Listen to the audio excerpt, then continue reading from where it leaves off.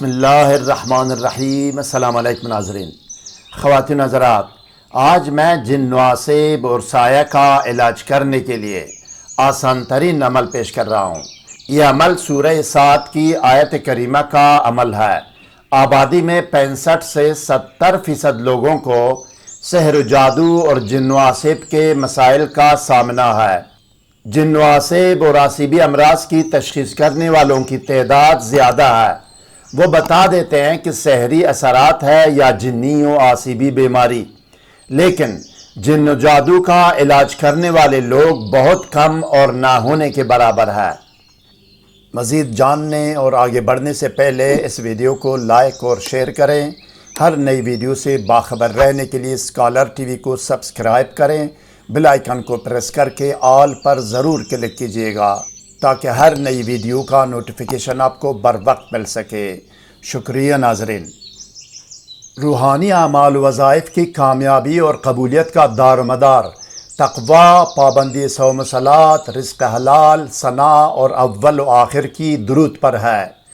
کسی بھی وظیفہ یا عمل کرنے کے بارے میں اگر ابتدائی نالج و معلومات درکار ہو تو طریقہ یا قانون وظیفہ و عمل کے نام سے ہماری ویڈیو کا لنک ڈسکرپشن میں دیا گیا ہے، جس میں اول و آخر کی درود، اسراف عمار، پرہیز، حصار، رجال الغیب اور دونی کے بارے میں رہنمائی کی گئی ہے۔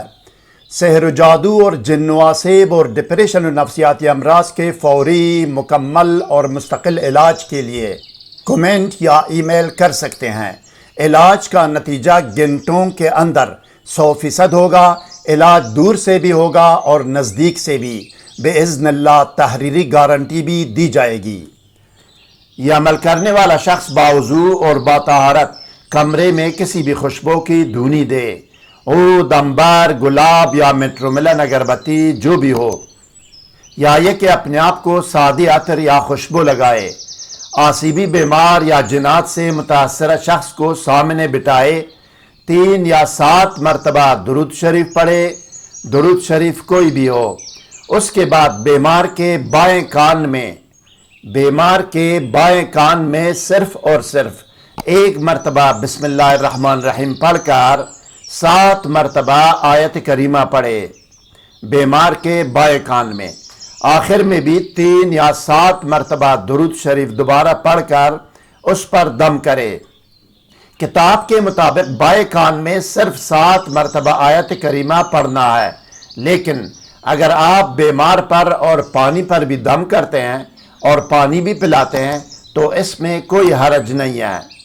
پڑھنے کے لیے سورہ صاد کی آیت نمبر 34 ہے، سورہ صاد آیت نمبر 34 جو آپ کے سامنے اسکرین پر ہے۔ بسم اللہ الرحمن الرحیم۔ وَلَقَدْ فَتَنَّا سُلَيْمَانَ وَأَلْقَيْنَا عَلَى كُرْسِيِّهِ جَسَدًا ثُمَّ أَنَابَ وَلَقَدْ فَتَنَّا سُلَيْمَانَ وَأَلْقَيْنَا عَلَى كُرْسِيِّهِ جَسَدًا ثُمَّ أَنَابَ۔ یہ پڑھنے سے اگر پڑھنے والے کو کوئی تکلیف یا الجھن ہوتی ہے تو یہ اس بات کی علامت ہے کہ آسیبی بیمار کو افاقہ ہو رہا ہے۔ اگر کوئی سوال ذہن میں ہو تو کمنٹ کیجئے گا، ہم آپ کو ضرور جواب دیں گے۔ ہر نئی ویڈیو سے باخبر رہنے کے لیے اس ویڈیو کو لائک اور چینل کو سبسکرائب کریں۔ بیل آئیکن کو پریس کر کے آل پر ضرور کلک کیجئے گا۔ تعاون کا شکریہ۔ والسلام علی من اتبع الہدی۔